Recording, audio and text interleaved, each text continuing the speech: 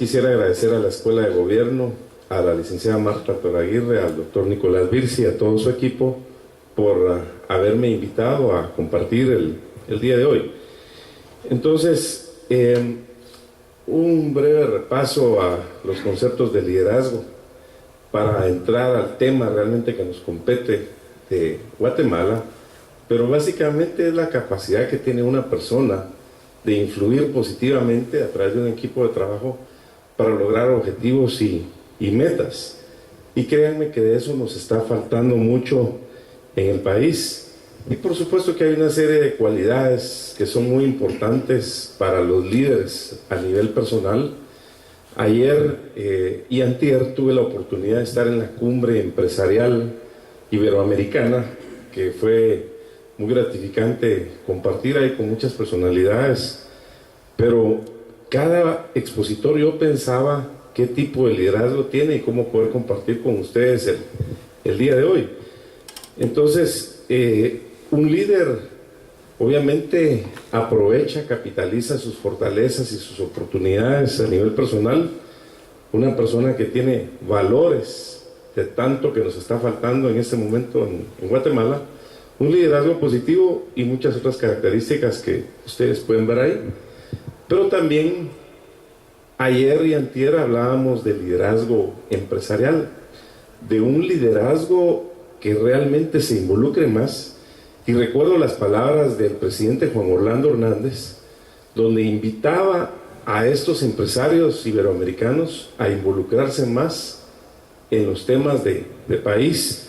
Y se hablaba mucho de la responsabilidad social empresarial. De hecho, el lema de esta cumbre era un empresariado que busque la prosperidad, la sostenibilidad y la inclusión. Y después voy a hablar de otros liderazgos también, pero también se hablaba mucho del liderazgo país, que tanto nos está haciendo falta en Guatemala. Pero un liderazgo país que se enfoque en la competitividad, en la visión de corto, mediano y largo plazo, un liderazgo incluyente, un Estado, una república que tenga la capacidad de generar las oportunidades, de crear las condiciones para la calidad de vida de todos sus habitantes y por supuesto un Estado que logre los grandes acuerdos de nación que tanto nos están haciendo falta. Y también me voy a enfocar un poco más adelante. Entonces me puse a buscar un poco y aquí pudiéramos pasar años hablando de grandes líderes, pero considero que uno de los líderes importantes en estas últimas décadas, un Bill Gates, que pensó con mentalidad de abundancia y dijo: quiero inventar una computadora, un procesador. Ustedes se recuerdan del 82, 88, algunos son más jóvenes, que realmente lleve los beneficios a todas las personas. Es decir, que pensó con una mentalidad de abundancia, y la pregunta es que si lo ha logrado. La respuesta es sí, porque prácticamente los procesadores hoy están en todo esto y seguramente un aparato de estos tiene 1000 veces más la capacidad de lo que tenía un procesador inicial. Entonces creo que es una persona referente a seguir, pero también pensando en un líder con visión de país. Me topaba ahí con la biografía de David Ben Gurión, y todos sabemos que cuando se crea el Estado de Israel, este señor tuvo un liderazgo realmente para fundar el Estado, tuvo una visión de nación. Los que conocemos Israel sabemos que es la 5ª parte del territorio guatemalteco, 80 parte del territorio desertificado, y un 70% del agua que se consume es desalinizada. Sin embargo, es un estado donde florece la fruticultura, la producción de vegetales, legumbres, y es uno de los mayores exportadores. Pero también David Ben Gurión, un gran estratega para enfrentar los retos que llevó, y una característica importante, un integrador de equipos. Recuérdense ustedes que el presidente Shimon Peres murió hace unos 2 o 3 años. Aquí Leonel, que sabe mucho de historia, nos puede dar una serie de detalles, pero recuerdo claramente cuando a sus 91 años vi la última entrevista del presidente Shimon Peres. Por cierto, con modestia, tenía una invitación para ir a entrevistarme con el presidente Shimon Peres. Lamento que no lo hayamos podido hacer por tiempo, pero lo entrevistan en CNN. Y él fue fue el último de la legión del equipo de David Ben Gurión. Y Shimon Peres, en la entrevista, le dice la entrevistadora, a sus 91 años, el presidente Shimon le dice: ¿y usted a qué se va a dedicar ahora? Bueno, quiero capacitarme un poco más para lanzarme en la próxima contienda electoral. Y dice uno, Dios mío, Shimon Peres, que fue 6 veces primer ministro, presidente de Israel, un líder mundial, que a sus 91 años con esa energía. Entonces, como que hay mucho que aprender, regresando al caso de David Ben Gurión, de la capacidad de integrar un equipo, y lo cual nos está faltando mucho. Aquí estamos con mi hijo Luis Antonio, que estuvimos recorriendo el Estado de Israel en el año 2009, luego volví a ir al año 2011, y tengo claramente los parámetros y hago muchas similitudes con Guatemala. Y los israelitas siempre me decían, si nosotros hubiéramos nacido en Guatemala, Guatemala fuera seguramente de los 5 países más desarrollados del mundo, porque ustedes, si de algo tienen, es recursos. Y ayer me lo decía la ex ministra de Comercio Exterior de Panamá, secretaria de SIECA, y me decía, miren, yo soy panameña, me dice, pero estoy enamorada de Guatemala y me quedé viviendo en Guatemala después de haber sido 4 años secretaria de SIECA.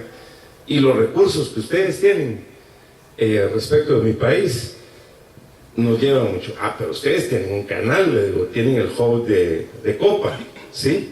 Y tienen el sistema financiero, uno de los centros financieros más importantes del mundo. Entonces me dice, pues ustedes tienen territorio, ustedes tienen variedad de climas, ustedes están llegando a 18 millones de habitantes y nosotros no tenemos gente ni para que cultive el campo. Entonces, yo creo que ahí es donde se ve realmente el liderazgo país. ¿Qué decir del aprovechamiento de los recursos naturales de Israel? Los pocos que tienen. Y por eso han llegado a ser grandes líderes. Tuve la oportunidad de ir a ver los Kafir. Los Kafir son una versión repotenciada de ellos, de los F-16. Yo conocía los drones personalmente, pero no esos drones ahora que los venden en Amazon, sino drones realmente de unos 20 metros o hasta 50 metros, que si yo no hubiera sabido que eran drones y los veo a 100 metros, dice uno, este es un avión, ¿verdad? Entonces, lo que ha desarrollado Israel es muy importante. Pero no solo debemos hablar del tema visión del país, sino también debemos de hablar de cómo apoyar a los emprendedores, a los empresarios. Y cuando fui ministro de Economía, tuve la oportunidad de compartir acá con Muhammad Yunus en Guadalajara, México, ¿sí? Y Muhammad Yunus tiene en su mente un excelente posicionamiento de Guatemala, porque se recordaba y me dice, Atitlán, las mujeres, los bancos comunales. Y me estuvo explicando una serie de situaciones donde me hablaba de cómo lograr una mayor inclusión financiera.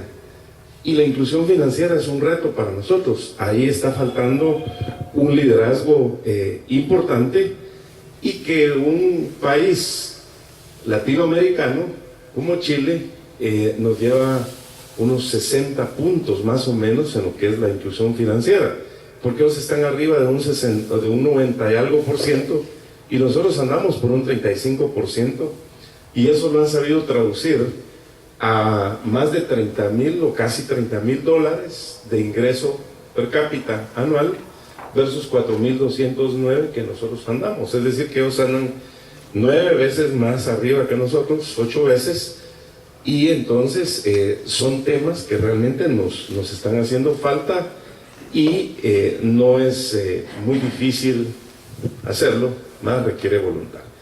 Entonces, para terminar e ir repasando los temas de liderazgo, también tenemos que ver mucho lo que propone John Maxwell. He estado unas 8 veces con John Maxwell.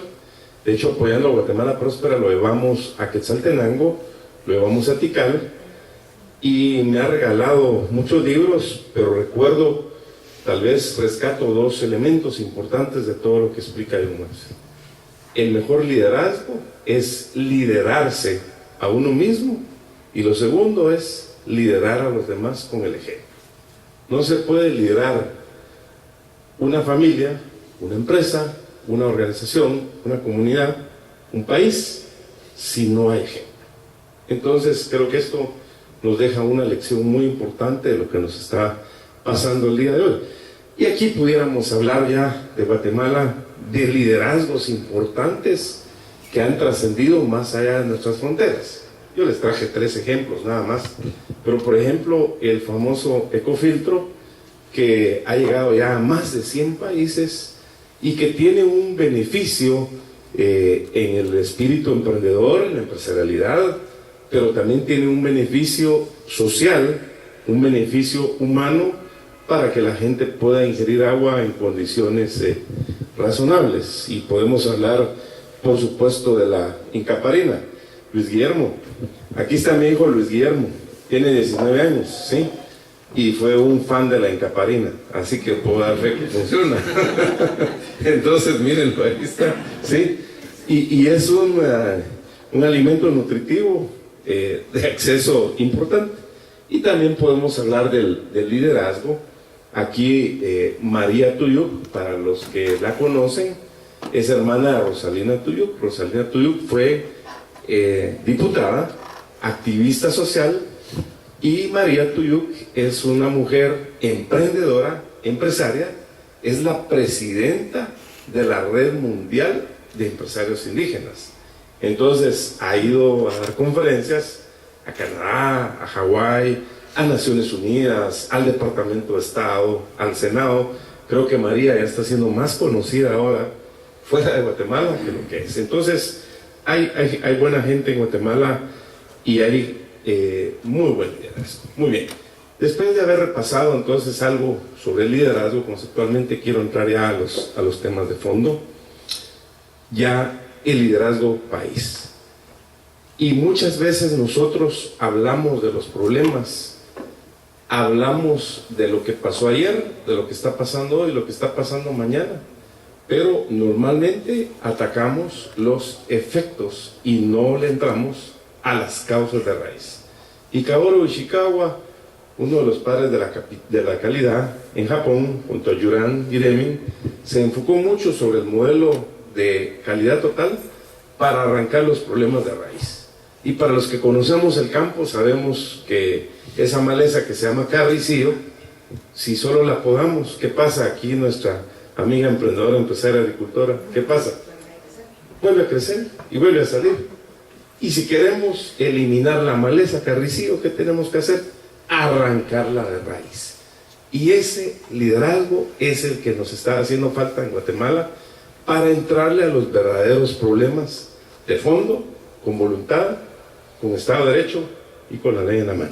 Bueno, entonces realmente necesitamos un liderazgo distinto, un liderazgo político, económico, social, académico, mediático, religioso y de toda índole, para generar un país próspero, un país que tenga la capacidad de dar una certeza jurídica, un marco legal para transmitir la confianza, un país que tenga la capacidad de devolverle el sueño a todos los guatemaltecos que un país es mejor y que hay futuro, porque en este momento la situación no es así.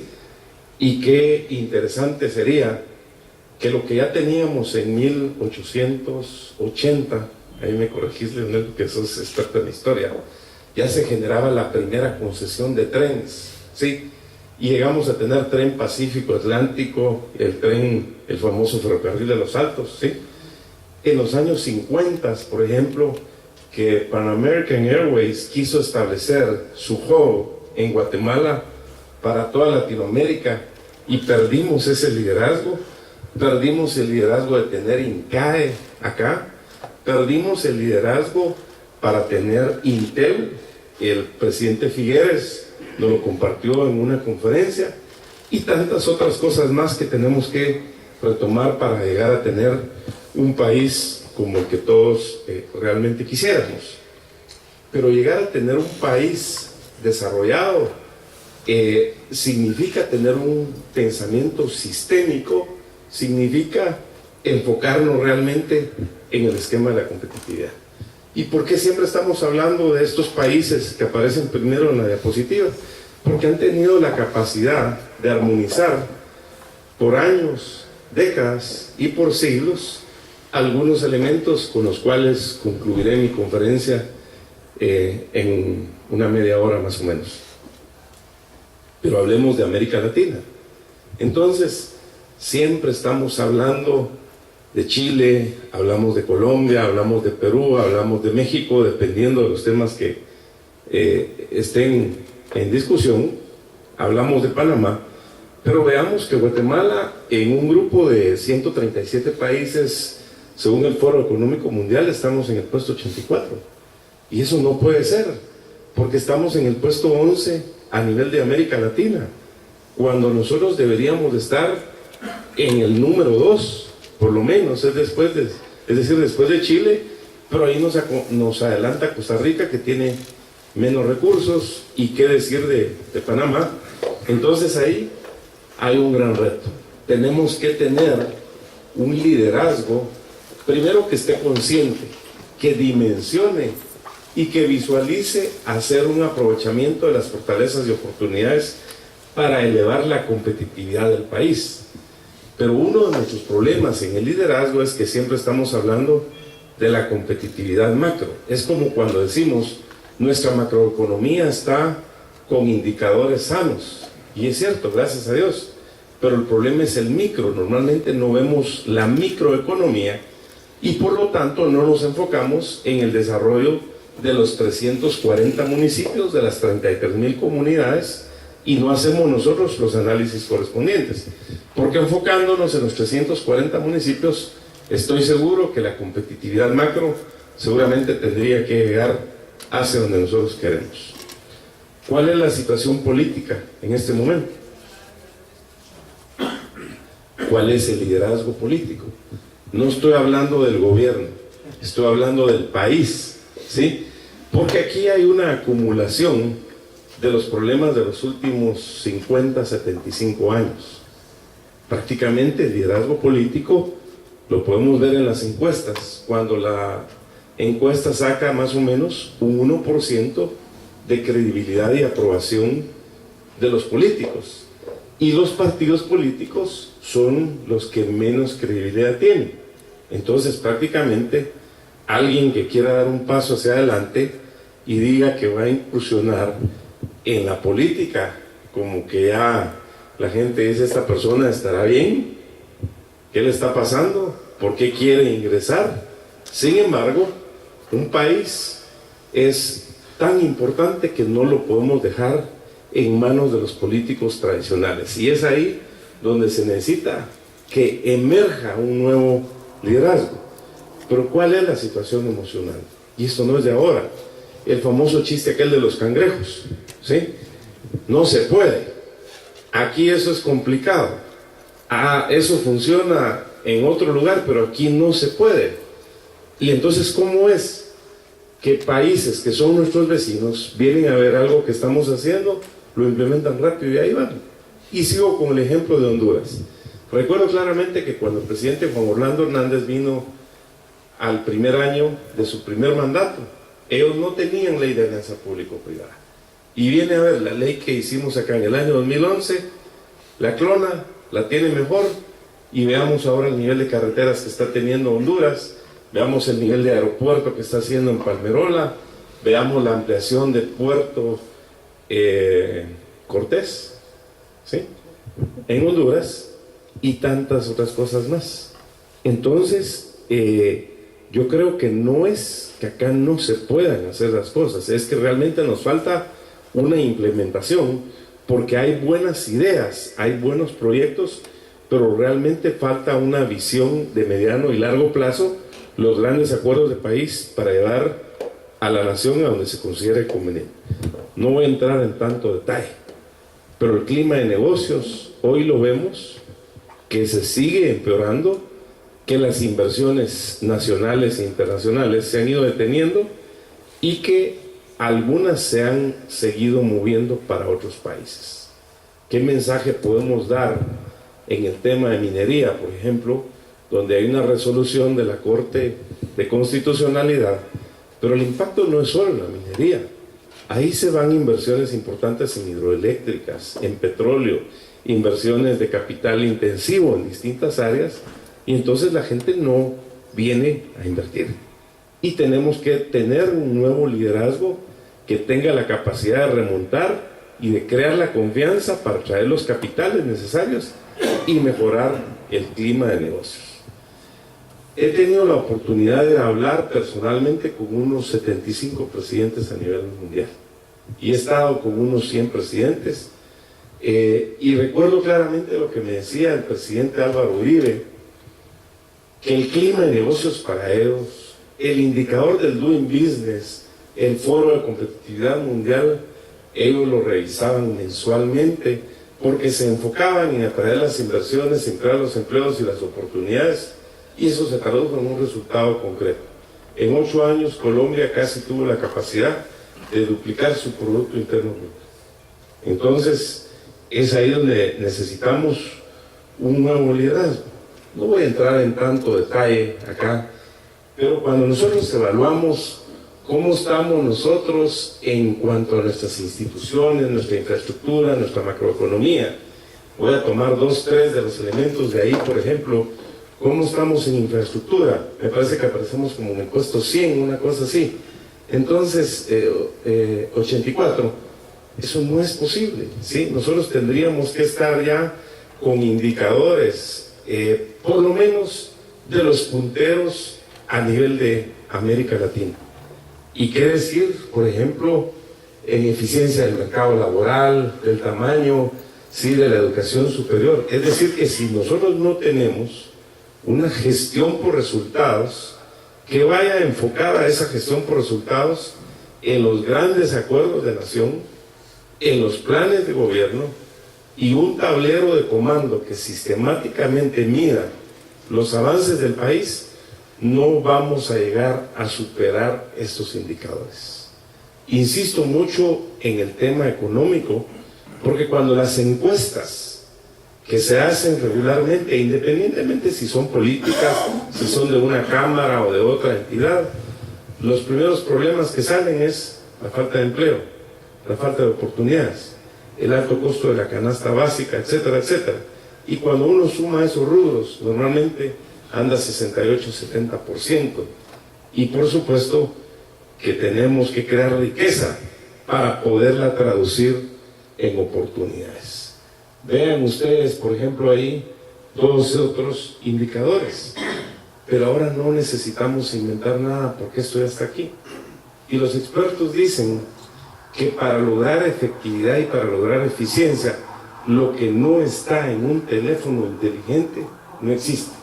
Y por ejemplo, hace 2 semanas salía una nota ahí de uno de los estados de Estados Unidos. La renovación de licencia se puede hacer en 24 horas. Todo ya se hace desde un teléfono inteligente, hasta la foto se puede tomar, ellos tienen sus mecanismos de seguridad y ya no necesita ir uno. Pero hoy una persona de Petén que quiera sacar un pasaporte tiene que desplazarse físicamente para acá, tiene que venir a recoger un número y le dan ese número donde le dan una cita, y si bien le va para 2 semanas, y aunque pase todo el proceso, muchas veces han pasado hasta 6 meses para entregar un pasaporte. Yo tuve la suerte que fui como un ciudadano igual que todos y lo obtuve en 40 minutos, pero la mayoría de la gente se queja por esa situación. Entonces realmente necesitamos entrar en una modernización del Estado. La situación social, la pobreza, hay hambre, el tema de desnutrición, la inseguridad alimentaria, esos indicadores siguen agravándose. Y esto no puede ser en un país que tiene suficientes recursos para producir el alimento suficiente acá, para exportar a toda la región, al sur de México, y para exportar a Europa y exportar a Estados Unidos. He hablado con gente que sabe mucho del campo, y tal vez les doy dos ejemplos. Indígenas en la comunidad de Santa Avelina, en San Juan Cotzal, producen 140 quintales de maíz por manzana, apoyados por Helps International y por la empresa Isagro como parte de su responsabilidad social empresarial. Entonces, ¿por qué tenemos que aceptar producciones de 35 quintales de maíz por manzana en otro lugar? ¿Sí? Y por ejemplo, en el Tempisque, que está entre Agua Blanca y Ipala, ¿sí? Hablando con los arroceros, me dicen, mire, este es un valle bendecido, no hay muchos en toda la región, pero nosotros solo tenemos una cosecha al año. Y aquí hay agua suficiente. Entonces yo le pregunto, ¿y qué necesitan? Dicen, necesitamos sistemas de riego para producir 3 cosechas al año, una mejor semilla, y para producir entonces con un sistema de riego con la semilla, pues ellos podrían producir por lo menos 4 veces más, una vez por la mejora de la semilla y 3 veces más por el sistema de riego. Y para concluir con otro ejemplo, en la laguna de Retana, en el Progreso Jutiapa, fui a recorrer el año pasado unas plantaciones de maíz, y la verdad es que uno se metía a esas plantaciones y llegaban aquí, ahí se perdía uno. 4 cosechas por año, con sistemas de riego. Y nada que variedades mejoradas, transgénicas, ni nada, sino con variedades propias de ellos. Tengo las fotos, tengo los contactos, por si alguien quiere ir a ver. Entonces, sí se puede, pero falta realmente un enfoque sistémico para eso. Entonces, la inseguridad alimentaria tiene que ser un elemento de nación, porque con respeto lo digo, no podemos seguir produciendo nosotros las producciones que tenemos, y para que no alcancen, para que la gente tenga su seguridad alimentaria, porque realmente una persona desnutrida está condenada realmente para vivir en pobreza y para empobrecer a las próximas generaciones que vienen ahí con ellos. ¿Qué decir de la conflictividad social? ¿Sí? Esto no puede ser. Es un país donde no hay control del territorio, donde hay ingobernabilidad, donde hay gente que está llevando la conflictividad porque está recibiendo un beneficio económico, porque hay un tema ideológico.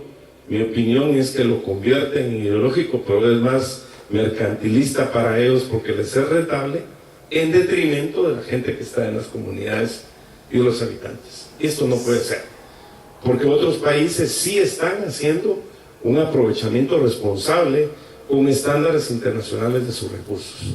Y si tenemos esos recursos naturales, los tenemos que aprovechar. Miren la caída del Producto Interno Bruto. Este año estaremos creciendo 2.5%, 2.6% aproximadamente. Pero con solo la caída, la industria minera, más o menos 1.3%, se ha caído el Producto Interno Bruto. Estoy consciente que hay que hacer una reforma a la ley de minería. Se pueden mejorar algunas cosas. Hay que crear un FONMINAS, por ejemplo. Hay que ver cómo lo está haciendo Perú, cómo lo está haciendo Colombia, y qué decir de cómo lo ha hecho Chile. Vean ustedes acá algunas de las áreas de conflicto, pero cada vez son más, ¿sí? Y hay grupos que se autodenominan presidentes de las naciones cancogales, multinacionales, y todo ese tipo de calificativos que ya no se le quedan a uno, ¿sí? Y donde la policía tiene que pedir permiso para entrar ahí. ¿Qué es eso? Si somos una república, somos un estado, pero nuestras fuerzas de seguridad no tienen control de eso. Pero también podemos hablar de otros grupos al margen de la ley, donde tienen sus territorios controlados, que a su vez tienen intereses económicos para que haya conflictividad y ellos ejecutar sus metas y objetivos que tienen al margen de la ley. Y eso no puede ser en un país desarrollado. El tema de los migrantes. En los últimos 3 meses he visitado migrantes en Florida, en Washington y en California. Y en California, más de irlos a visitar y platicar con ellos, le dediqué 1.5 días para ir a conocer lo que ellos le llaman la subcultura chapina en la cultura anglosajona. Y entré a muchos lugares. Entré a uno, decía, International Mall, ahí cerca del Parque MacArthur, en Los Ángeles, en el centro, y por supuesto que no era Oakland, ¿verdad? Pero se parecía a la Mate, al que está en la 18 calle, o al pueblito, ¿sí?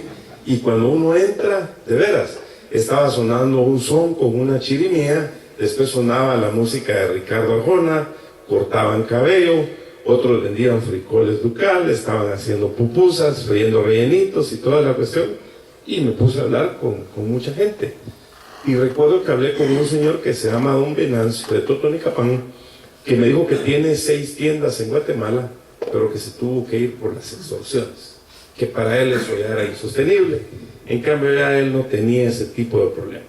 Don Venancio, y si en Guatemala hubiera seguridad y gobernabilidad, y ya no hay extorsiones, yo encantado de la vida de irme para allá, me dice. Y en la tarde nos fuimos a otras áreas, y ahí otra vez como la 18 calle, se encuentran las tostadas, los chuchitos, el atol y las grandes filas, de veras, que lo tengo filmado, ¿sí? Y entonces nuestros migrantes no se van para irse a tomar una foto con el Pato Donald, sino se van por falta de empleo, por falta de oportunidades. Ahora se escandaliza mucha gente de las caravanas. En mis conferencias que empecé a ir a dar el año pasado a la Universidad de Miami y a otros lugares donde me invitan, yo insistía mucho en el tema de los migrantes. Y recuerdo el 5 de octubre fui a dar la última conferencia de la Universidad de Miami. A las 3 horas de que me fui, me llama el director de la Escuela de Negocios que quería hablar conmigo. Y me dijo, mira, saliste muy bien punteado, la gente dijo que tu conferencia es muy buena, pero tengo algunas dudas. Entonces fui a visitarlo y me tomé un café y me dice, solo, ¿por qué insistís tanto en el tema de migrantes? Me dice, quiero entender, porque somos de la Escuela de Negocios, y qué bueno lo que explicas de negocios, de innovación, de creatividad, de los 27 sectores económicos en Guatemala donde se puede invertir, del DR CAFTA, que es superavitario para Estados Unidos, en 2.8 billones, por cierto. Quiero saber por qué hablas tanto de los migrantes. Entonces le expliqué al detalle, le dije, porque en Guatemala una persona cada 90 segundos está dejando el país y son 350,000 personas y tenemos casi 3.5 millones de guatemaltecos viviendo allá, casi 9,000 millones de dólares, casi 12% del Producto Interno Bruto. Entonces para nosotros es un tema importante.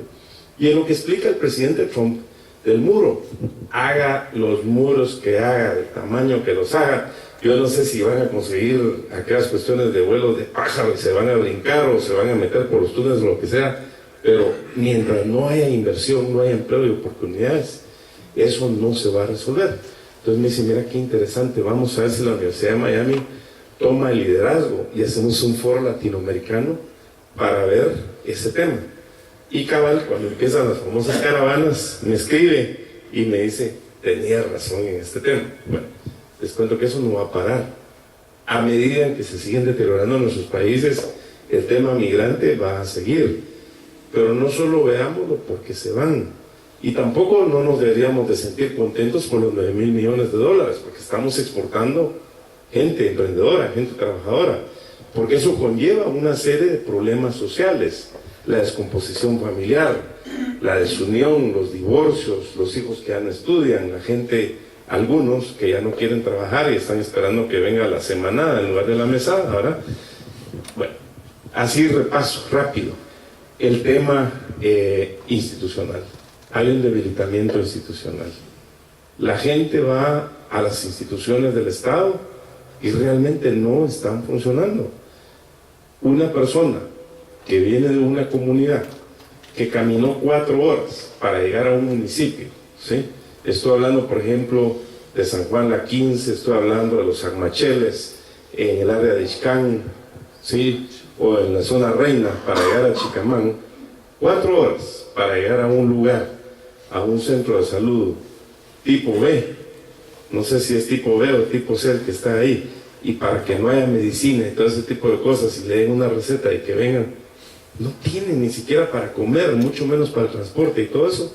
Entonces, podría dar muchos ejemplos, pero hay un debilitamiento institucional. El Estado cada vez está mucho más débil, está anémico, está raquítico, artrítico, y ustedes todos los calificativos que le quieran dar. Pero también tenemos una falta de valores morales y cívicos. Hay un deterioro en general y tenemos que retomar esos valores nosotros desde la persona, en la familia, ¿sí? Y por supuesto, una visión para servir al país. Hablo con algunos políticos y me dice, mira vos, nadie quiere participar en política ahora. No se quieren ir al Congreso, no se quieren ir a la municipalidad, no quieren participar. Pero entonces, ¿quién va a gobernar el país? ¿Quién va a hacer los cambios que se necesitan? Y definitivamente falta una voluntad política. La corrupción, ahí les voy a presentar a ustedes unos números que dan mucho que decir. Y por supuesto, falta realmente una capacidad de diálogo, una capacidad de convencer a la gente para que haga gobernabilidad.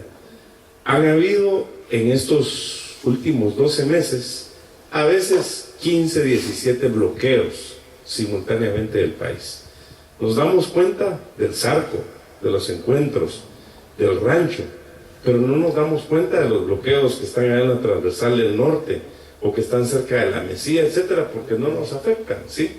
Pero falta esa capacidad de diálogo. Y veamos el tema de transparencia, ¿sí?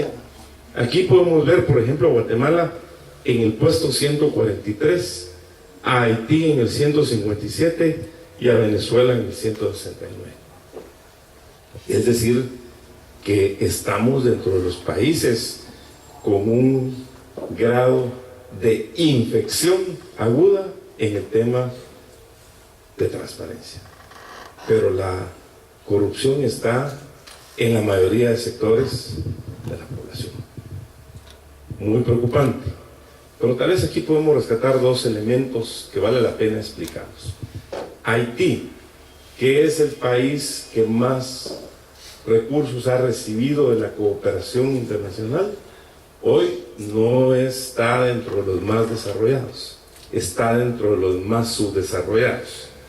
Mensaje: los vecinos no nos van a venir a resolver el problema de nuestra casa, ¿sí? Tenemos que ser nosotros. Y el grado de corrupción también es mayor que el de Guatemala. Otra vez, el vecino no nos va a venir a enseñar lo que nosotros tenemos que aprender de transparencia. ¿Y qué decir de un sistema totalitario que ha tenido la capacidad de destruir la economía de Venezuela? Porque hoy el Producto Interno Bruto es menor de cuando ellos empezaron en un sistema.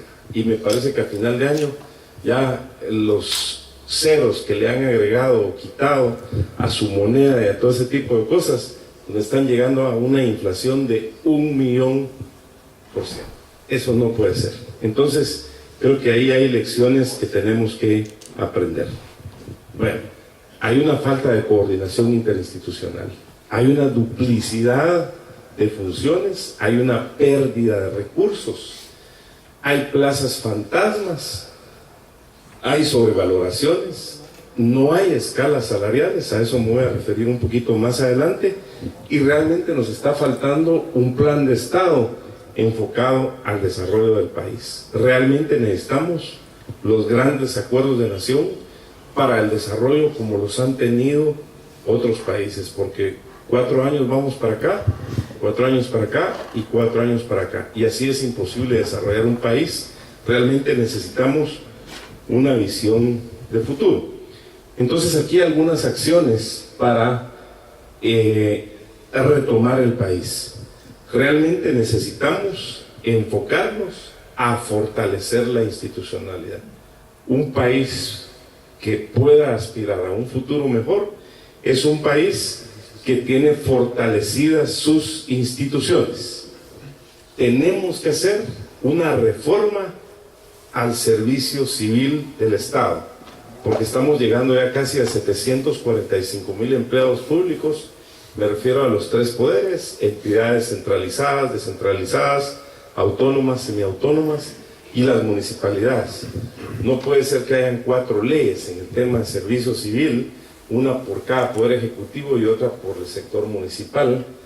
Hay que hacer el censo de funcionarios públicos. Al día de hoy hay algunas instituciones que no están permitiendo hacer el censo de funcionarios de empleados públicos. ¿Por qué? Es una buena pregunta. Entonces, hay secretarias que están ganando 39 o 40 mil quetzales, pero hay médicos que ganan 3.750. No hay un plan de carrera, no hay meritocracia, no hay diagnóstico de necesidades de capacitación, no hay eficiencia, etc. Entonces el Estado realmente necesita mejorar. Y por supuesto, el Estado tiene que hacer una implementación de sus políticas. Ahí vemos que alguien dice, hay que hacer una política de esto, hay que hacer una política. Miren, hagamos un alto en el camino, implementemos lo que ya está, porque no lo estamos implementando. Para producir un documento y venderlo políticamente con palabras, así no se resuelve. Por eso necesitamos ejecutores, como dicen en la jerga del inglés, los doers, para implementar estas políticas. Pero también hay, afortunadamente, elementos que son importantes. Nosotros como ciudadanos tenemos que conocer nuestra Constitución Política de la República, pero hay 3 leyes que cada uno de los ciudadanos deberíamos de conocer para influir en nuestro respectivo municipio: el Código Municipal, la Ley de Descentralización y la Ley de Consejos de Desarrollo. La Ley de Consejos de Desarrollo nos permite accionar desde el nivel comunitario, las 33,000 comunidades, en los comunes, a nivel municipal los 340, en los consejos departamentales, en los consejos regionales y por supuesto a nivel nacional. Y en ese sentido, esas 3 leyes debemos hacer que se cumplan. ¿Por qué? Porque los alcaldes necesitan un cambio de chip. En términos tecnológicos necesitan un upgrade, dicen los que saben, ¿verdad? Del software, del hardware y del firmware, ¿sí? Para que realmente ellos tengan una visión distinta. Si papá de Estado me va a venir a dar todos los meses, y yo soy un alcalde, pues como que está un poco suave, ¿verdad? Pero el alcalde tiene facultades, tiene obligaciones en las funciones de su competencia y tiene autonomía, malentendida a veces. Pero el alcalde tiene que ser el verdadero artífice del desarrollo de su territorio y él tiene que promover un clima de negocios para poder invertir en Nentongo, Huetenango, un excelente clima de negocios para invertir en San Juan Chamelco, Alta Verapaz, ¿sí? Por supuesto tiene que velar porque hay agua clorada, primer incumplimiento de los alcaldes. Tiene que ver para que haya un tratamiento de las aguas residuales, segundo incumplimiento. Tiene que ver para que haya un manejo de los desechos sólidos, es decir, de la basura, tercer incumplimiento. Y podría decirles muchos más. Por supuesto, tenemos que velar por una descentralización y ahí cada ciudadano se tiene que apropiar de esas leyes para poder participar máximo, que ahora viene ya una contienda electoral. Pero muy importante, le he preguntado a muchos alcaldes qué necesita el país y me dice, hay que poner orden, porque esto se está convirtiendo cada vez en una anarquía tremenda. Falta los planes de ordenamiento territorial en algunos municipios, en otros ya están, pero en pocas palabras, ¿para qué tiene vocación cada territorio y cómo se debería desarrollar de forma ordenada? Y en los municipios que hay plan de ordenamiento territorial, cuando voy al interior les pregunto, levante la mano quienes conocen el plan de ordenamiento territorial de su municipio, y normalmente es un 5% el que lo conoce. Entonces también esto significa que nos tenemos que involucrar. No voy a entrar en tanto detalle, pero ¿para qué es bueno el territorio?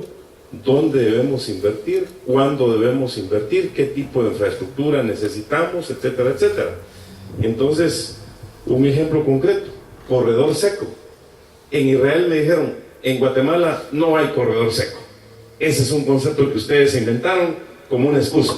Aquí le regalamos un estudio que hizo el Instituto del Agua, que se llama Mecarot, en Guatemala, de Israel, en Guatemala, y ya se lo hemos entregado a todos los gobiernos desde hace 20 años. Y no hemos recibido un solo reporte de las acciones que han implementado. Y con mapas y todo eso me mostraban ellos ahí, porque tienen sus modelos de dónde hay agua. Y efectivamente es cierto. Entonces, el plan de ordenamiento territorial es sumamente importante. Independientemente de qué pensamos de los objetivos de desarrollo sostenible. Ayer y antier, en la cumbre de empresarios iberoamericanos, todos los ponentes hablaban del plan 2030, ¿sí? Y el análisis que se hacía, en resumen, fue las recomendaciones que se le entregaron a los jefes de Estado y de Gobierno, es que nuestros países, de seguir el ritmo que llevan y la ruta que llevan, probablemente a nivel de Iberoamérica, 4 o 5 llegarían a alcanzar el nivel de prosperidad. Los demás, al ritmo que vamos, con la visión que tenemos, con la parsimonia, la pasividad, la apatía y todos esos calificativos, pues ni siquiera estaríamos llegando a cumplir uno que sería finalizar o entrarle con fuerza a la pobreza. Otra de las propuestas es que tenemos que entrarle realmente al desarrollo económico local. Aquí hay 27 sectores, como una propuesta que ha venido desde Fundesa, desde el Ministerio de Economía y tantos otros. Pero si entramos a cada uno de estos, definitivamente hay muchísimos más. Ayer me hablaban del presidente Iván Duque, que es uno de los autores del libro de la economía naranja, ¿sí? Y la economía naranja, aplicándola en Guatemala, nosotros somos potencia mundial. Si tomáramos el tema cultural, el tema del turismo, el tema de los sitios arqueológicos y todo ese tipo de cosas, pero realmente tenemos que entrarle de una forma sistemática. Ahí tenemos Campus Tech, 4 grados norte, María Sague y muchos jóvenes que hablan de criptomonedas y todo ese tipo de cosas, pero eso necesitaríamos por lo menos 21 más 4 grados norte, es decir, uno por cada departamento, y aprovechar a esos jóvenes. Y también hay que decirle a Luis Bonán que regrese a esos jóvenes que se está llevando de Guatemala, porque ya están preparados y se los llevan a trabajar a Estados Unidos a contribuir al PIB. O sea, aquí Luis Bonán debería de venir a invertir en Guatemala, así como hizo Marco Santil con Schumacher, ¿sí? Tiene su oficina acá. Entonces hay que pedirle también a esos grandes guatemaltecos que aprovechemos a esos jóvenes y generemos acá. Entonces hay que entrarle fuerte a este tipo de sectores. No voy a entrar a todos los detalles acá, pero sí creo que hay que hacer reformas de fondo, con voluntad y pensando con una mentalidad de abundancia. Hay cerca de 150,000 millones de liquidez en el sistema financiero, más o menos 10% se vale en lo que estoy diciendo. ¿Y de qué nos sirve que el Instituto de Seguridad Social tenga 50,000 quetzales ganando al 6-7% ahí? Eso no genera. Eso tendría que estarse trasladando en banca de segundo piso a las cooperativas y a las asociaciones, en banca de tercer piso a las confederaciones, a las coordinadoras, para llegar a las personas que necesitan 1,000 quetzales para producir y que no tengan que quedarse sin obtener esos recursos, porque si no lo tienen van a pasar hambre y todos los problemas que eso se da, o tener que pagar 15% al día, porque eso están pagando en los mercados, que a las 3 de la mañana alguien llega y pide 100 quetzales prestado, pero no le dan los 100, le dan 85. Bueno, ¿qué pasó con los otros 15? Pues ya te cobré por adelantado los 15, y a las 3 de la tarde me tenés que traer cabal. Entonces, tenemos que hacer nosotros realmente una reforma en todo el acceso al crédito.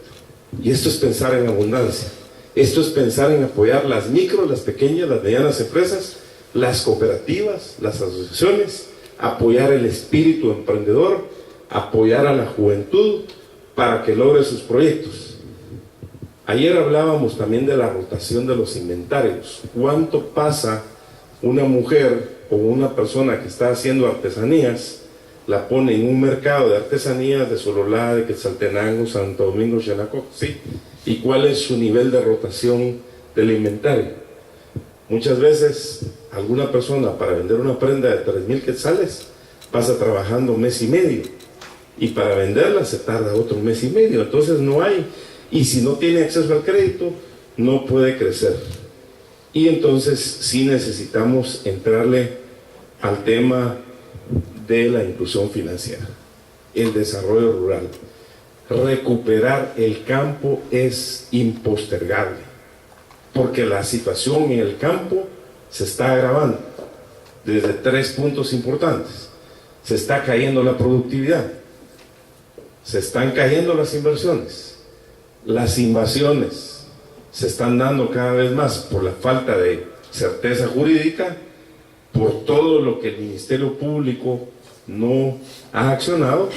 Dicho sea de paso, hay más de 1.200.000 expedientes que el Ministerio Público tiene, entonces no podemos hablar de justicia pronta y cumplida. Hay que entrarle a las verdaderas reformas, hay que regresar, por ejemplo, a restituir los juzgados de paz. Un tema que se corrió un cerco para acá, un metro para allá, ahora se pone una denuncia, se va al Ministerio Público y tal vez sale dentro de 100 años. Esa fue la presa que se quedó a febrero de este año, o a abril más o menos así, 1.200.000. Entonces no puede ser esa situación, pero regreso al tema de que tenemos que recuperar el campo. Oportunidades hay.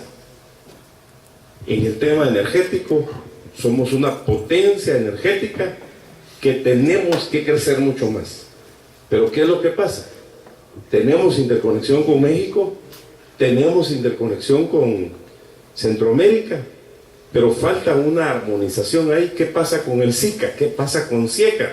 ¿Por qué no armonizamos la CRIE? La CRIE es la Comisión Regional de Interconexión Eléctrica, para que podamos seguir vendiendo energía desde aquí hasta Panamá o a México. Y aquí están todo este tipo de energías que se pudieran producir aquí, inclusive hasta la nuclear, pero ahí nos metemos en otros temas, ¿verdad? Pero hay suficientes, gracias a Dios, aquí hay eólicas, ¿verdad? ¿Qué decir de las hidroeléctricas? Pero hoy están espantando las inversiones, entonces no puede ser. Y aquí hay que hablar la realidad. Del año 96 más o menos, que se hace la reforma a la ley de energía, Guatemala tiene una de las mejores leyes de energía, y subimos de un 42% a un 92-93% de penetración energética. Seguramente hay comunidades muy lejanas que no tienen energía, pero ahora ya no hay necesidad de meter un posteado de 150 kilómetros. Ahí están los paneles solares, que eso es mucho más eficiente y mucho más rápido. ¿Qué decir del turismo? Nosotros somos una potencia mundial en turismo. El año pasado, más o menos en octubre, tuvimos la oportunidad de acompañar a Frank Rainieri, a otros empresarios guatemaltecos, juntamente con Ingrid. Frank Rainieri es el creador de Punta Cana. Solo Punta Cana aporta $6.500 millones. Llevamos a Mirador, a Matique, a Lirtra, Antigua, etc. Y él dijo: yo quiero combinar playa con sitios arqueológicos mayas. Y ahí está. Nos dio una conferencia ayer en la cumbre y me decía: mira, ya casi es un año, pues ya se pasó un año el que viene, aquí no ha pasado nada, ¿sí? Mientras nosotros en Dominicana estamos creciendo 12% anual solo en el tema de turismo. Tienen aeropuerto privado y etcétera. Cuando Guatemala tiene estas condiciones para poder hacer los distintos tipos de turismo, y la ventaja es que esto oxigena la economía en las comunidades. Plan Alianza para la Prosperidad. Guatemala solo no puede salir adelante. Tenemos que estar claros hoy cómo se maneja la geopolítica para que definamos nosotros nuestra geoestrategia armonizando con Estados Unidos. Hay temas más allá de la parte regional que son internacional, para lo cual tenemos que trabajar en equipo. Ya se demostró cuando estuvo el Plan Colombia en su oportunidad. Sin embargo, aquí tenemos un gran desafío. Nos falta el elemento de inversiones, el elemento de creación de empleos, de productividad y oportunidades. Eso le está haciendo falta al plan Alianza para la Prosperidad. Pero aquí no nos engañemos, no hay almuerzo gratis. Santa Claus no nos va a traer lo que todos quisiéramos. Y si tomamos como ejemplo lo que pasó en Colombia, por cada dólar que ellos recibían de Estados Unidos, los colombianos ponían $13. Ya lo escuchamos de varios expresidentes de Colombia, ya lo escuchamos de los embajadores, y ahí están los resultados. Pero un plan, por muy bonito que sea, así como está, no va a pasar nada. Tenemos CAFTA, ¿sí? Gracias a Dios CAFTA no está en la agenda de una reforma. El CAFTA es deficitario para nosotros, superavitario para Estados Unidos, en casi $3 billones. Es decir, que deberíamos de atraer más inversiones en ese sentido, deberíamos de exportar mucho más nosotros para crear los empleos y las oportunidades, pero no lo estamos haciendo. Pero también muy importante pensar en un esquema de seguridad, gobernabilidad y control del territorio. Hay amenazas grandes. Tenemos que fortalecer nosotros nuestras fuerzas de seguridad, sin pensar que vamos a invadir El Salvador, que nos vamos a ir a una guerra con Honduras. No, hoy hay amenazas mucho más grandes, porque el 80% de las drogas que van para Estados Unidos están pasando acá, vía aérea, terrestre o marítima. ¿Y qué decir de las amenazas del ciberespacio? Entonces, tenemos que trabajar en equipo con Estados Unidos. No estoy pensando en subir 5 veces el presupuesto nacional para dedicarlo a esto, pero ellos realmente también tienen que pagar la cuenta, porque nosotros estamos haciendo muchas de las actividades que a ellos les correspondería.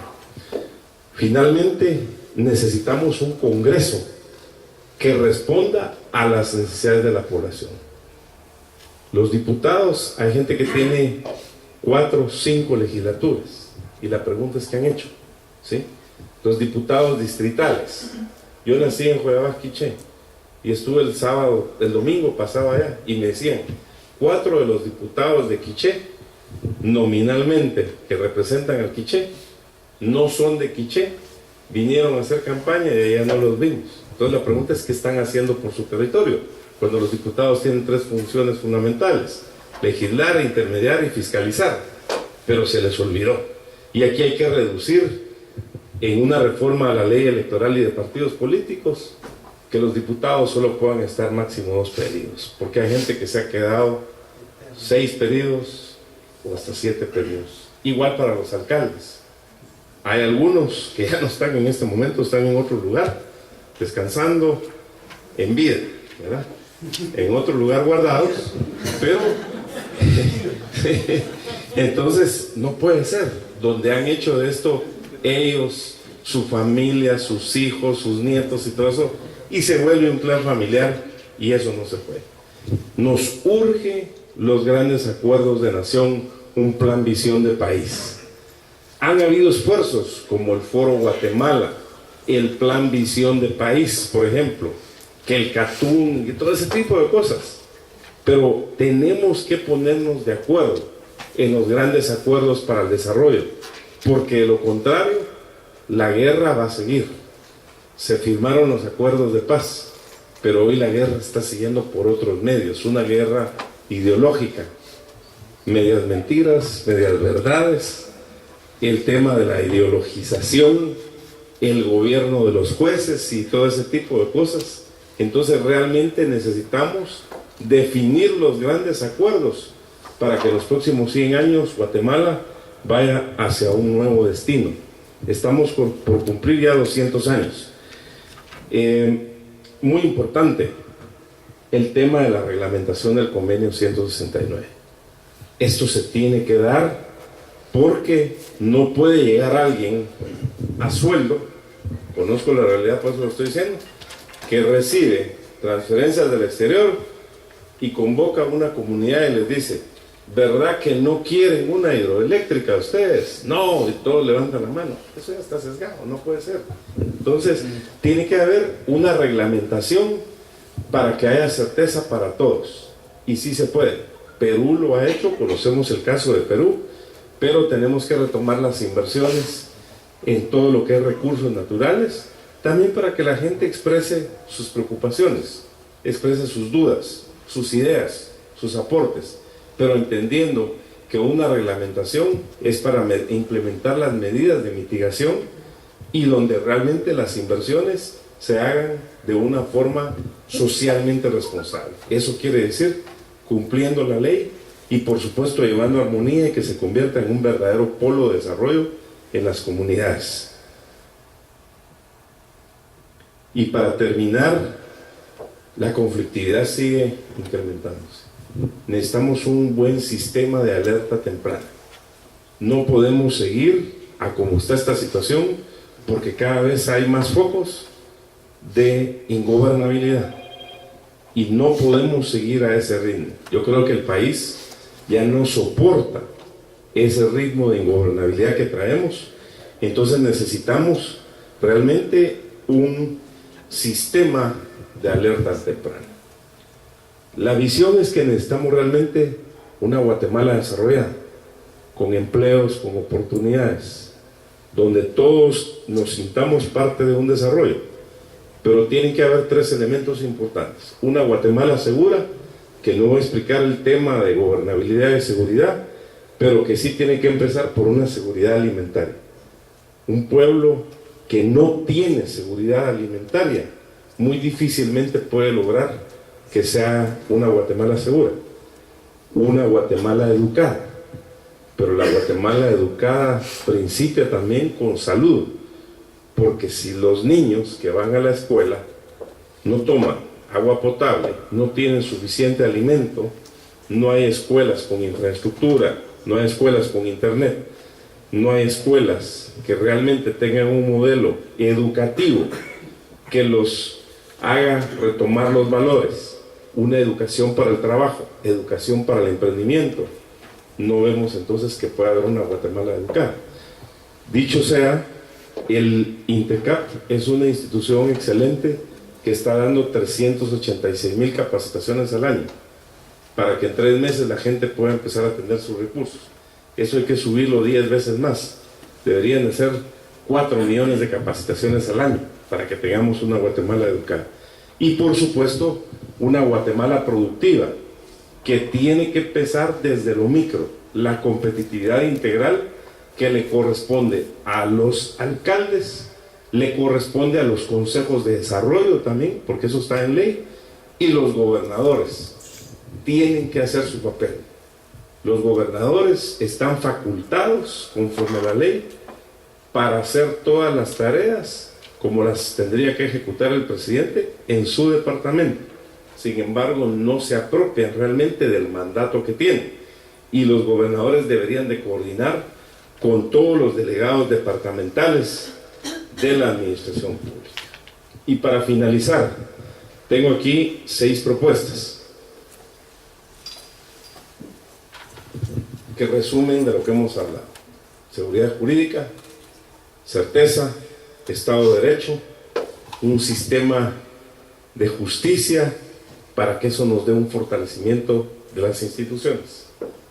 Y la gente me pregunta, ¿y cómo se hace eso? Si eso no le corresponde al presidente, si eso, el tema de justicia corresponde a los tribunales, a la Corte de Constitucionalidad. Pero se nos olvida, y aquí nos puede corregir la plana el señor vicepresidente de la República, el artículo 183, inciso A, dice claramente en la Constitución que el presidente es el responsable de cumplir y hacer cumplir las leyes. En pocas palabras, cualquier funcionario de la administración pública, no importando cuál sea, el presidente de la República tiene la obligación de presentar las denuncias que correspondan a través de la Procuraduría General de la Nación, es decir, el abogado del Estado. Pero que yo recuerde, no ha habido un solo presidente que utilice ese artículo 183, inciso A. Tal vez aquí los expertos me pueden corregir, pero es un tema interesante, ya lo exploramos con varios magistrados. El tema de gobernanza y de seguridad, control del territorio, gobernabilidad que hemos explicado claramente. Israel, pese a todo lo que tiene de amenazas y conflictos en su área, tiene control del territorio. Entonces eso nos está faltando como Estado. Hoy hay grupos que fomentan la ingobernabilidad y eso no se puede permitir en el marco de un Estado de Derecho. La infraestructura. Por supuesto, hay que crecer los puertos. ¿Cómo es posible que a veces en el Atlántico o en el Pacífico hayan 10 barcos esperando cuando cuesta 25,000 o 50,000 dólares por día que está esperando ahí? Entonces, ¿quién paga eso? Eso se traduce al consumidor. Entonces, si nosotros tenemos una infraestructura portuaria, Pacífico-Atlántico, otra vez, ya lo hizo Honduras, en Puerto Cortés, ¿por qué no lo podemos hacer nosotros? Necesitamos una ampliación de los puertos. Necesitamos puertos para turismo. El turismo está representando aquí más o menos un 1.7 del Producto Interno Bruto, pero debería representar 10%. Es decir, que el turismo puede crecer 5 veces más. Y como me decía un alcalde, mira, me dice, voy a construir un rastro. Así le digo, ¿y para qué vas a hacer el rastro? Pues es que quiero venderle carne a los turistas que vienen en los cruceros. ¿Y dónde está tu puerto para que atraquen los cruceros? Le es que estamos pensando, no, entonces primero hay que hacer el puerto para que atraquen los cruceros y después pensar en el resto, porque si no, no veo cómo vas a ir a vender la carne de lanchita a los barcos ahí, ¿verdad? Entonces, necesitamos infraestructura. Aeropuertos. Ayer subió a las redes sociales, dice que van a haber vuelos a Huehuetenango, pero nosotros tendríamos que tener por lo menos 6 aeropuertos internacionales, 8 aeropuertos internacionales, que el país ya tiene una infraestructura básica. Es poco lo que se necesita invertir y se puede hacer. Les digo dónde se puede hacer. Bueno, obviamente está la Aurora, está el aeropuerto del Mundo Maya, que hasta hace poco no tenía ni siquiera un abastecimiento de combustible. ¿Cómo podemos tener un aeropuerto donde no hay abastecimiento de combustible? Entonces, ¿quién va a llegar ahí? Obviamente el puerto San José, ahí se puede hacer una ampliación de ese puerto, donde ganaríamos en competitividad tremendamente. Retaluleu se puede ampliar, Quetzaltenango, Cobán con aviones más pequeños, porque cuando hablo de aeropuertos internacionales tenemos que tener los precios sobre la tierra. No en todos los lugares van a llegar los 777, ¿verdad? Pueden llegar aviones de 19 pasajeros, ¿sí? Entonces necesitamos eso. Pero también las carreteras. Y aquí hay 2 tipos de carreteras. Las carreteras comunales, es decir, las comunidades, donde en una economía social de mercado, el gobierno tiene la responsabilidad de llegar a donde no llega la empresa. Es decir, la empresa tiene la oportunidad de hacer sus inversiones, de construir carreteras en el marco de alianzas público-privadas o de concesiones en las grandes carreteras, pero van a haber carreteras hacia las comunidades que no hay un interés económico, y se entiende, pero ahí tiene una responsabilidad del Estado para llegar a construir esas carreteras hacia las comunidades. Necesitamos 50,000 kilómetros nuevos de carreteras. Hoy hay unos 34,000 kilómetros, de los cuales 18,000 son de asfalto. ¿En qué condiciones están? Hay que recuperar esa red vial y hay que hacer nuevas carreteras. Pero por lo menos tenemos que pensar en 5 grandes carreteras que tenemos que hacer. El anillo metropolitano, que son como 467 kilómetros, 8 departamentos, 50 municipios, que eso le daría un respiro tremendo al país, bajaría los costos, descongestionaría la ciudad, etcétera, etcétera. Una persona que viene de Puerto Barrios y va para Puerto de San José, se desvía desde Sanarate, bordea todo eso, pasa a Santo Domingo y Xenacoja y tendría que ir a salir casi a Matitlán. Sí. Eso se necesita, el anillo metropolitano. Necesitamos finalizar la franja transversal del norte, que se vienen hablando ya desde hace como 80 años, y hoy, por un grupo llamado Nación Plurinacional y no sé qué, no pueden entrar la maquinaria a construir ahí. ¿Cómo puede ser eso? Cuando esa carretera, a quienes más beneficiarían es a la gente que está en las comunidades, a los cardamomeros, a los productores de maíz, etcétera, porque conecta desde Huehuetenango hasta Puerto Modesto Méndez, es decir, ahí conectamos con México, con el Atlántico. Necesitamos unas autopistas desde aquí hasta La Mesía, con México, para conectar con Comitán, Las Casas y todo eso, San Cristóbal. Necesitamos una autopista de aquí para llegar hasta Valle Nuevo también. Necesitamos la litoral del Pacífico. y necesitamos acelerar la carretera hacia el Atlántico porque no podemos ir 20 kilómetros por año. Entonces tenemos que pedirle ahí a los amigos de Taiwán que 20 kilómetros por año no se acepta, ¿sí? Esa carretera se tendría que hacer en año y medio lo máximo, 10 tramos trabajando simultáneamente. El Estado solo está construyendo 200 kilómetros nuevos por año.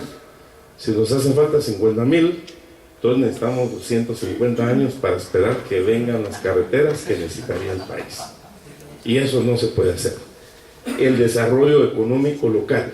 Tenemos que apuntarle a un crecimiento del 7% del Producto Interno Bruto. Con una nueva reforma a la ley de minería, ahí podemos subir tal vez un 2%. Si hoy tenemos 2.5, llevan 4.5, ¿sí? Si sumamos las inversiones para los cerca de 2.000 kilómetros de carreteras de que ya les hablé, multiplíquenlo más o menos por $1 millón, $1,5 millones, ¿cuánto da? Eso podría subir 2 puntos adicionales. Y estudios técnicos dicen que con un nuevo aeropuerto que tenga las condiciones para despegar simultáneo, similar a lo que tiene el aeropuerto de El Salvador, el que está en el Pacífico, que le acaban de cambiar de nombre, para que estuviéramos San José, eso podría subir 2 puntos también el Producto Interno Bruto. Pero de nuevo, hay que cambiar el chip a los alcaldes, a los gobernadores, a los diputados distritales, y hay que forzar a que cada municipio, así como se lleva los indicadores del Foro Económico Mundial, a nivel país, los tenemos que llevar a nivel de municipio y a nivel de departamento. Una política exterior clara, política exterior con dignidad, porque somos un país soberano, independiente, una política exterior que comprenda el nuevo orden mundial, cómo se maneja, para también armonizar con los países como México, como Estados Unidos y la región. Por supuesto, una política que también dé el acompañamiento del apoyo a los migrantes, una política exterior que nos ayude a hacer inteligencia de mercados para colocar mejor nuestros productos, una política exterior que nos ayude a atraer más inversiones, una política exterior que acelere el paso en la incorporación y que sea una luz para todo el país, en la incorporación de Guatemala a la OECD y encaminarnos a cumplir realmente todos los indicadores como sí lo está haciendo hoy Chile, Colombia, que está muy cerca, México, y finalmente una transparencia total que se tiene que predicar con el ejemplo, como dice John Maxwell, y un tablero de comando que mida que los recursos del Estado se conviertan en inversiones, no en gasto, no en sobrevaloraciones y no en pagos de obras que no existen, ni en pagos de plazas fantasmas o gente que puede tener 4 contratos y no se presenta en ningún lugar. La transparencia tiene que ser total. La Universidad de San Carlos no tiene implementado el SICOIN, el Sistema de Contabilidad Integrado. Tiene que implementarlo porque son recursos de todos los guatemaltecos. Todas las instituciones que utilicen recursos públicos deben hacer una rendición de cuentas sin pedírseles. Eso tiene que estar subido en la internet, tiene que estar subido en el sistema de contabilidad integrada. Y por supuesto, esto conlleva un cambio hacia los valores, hacia recuperar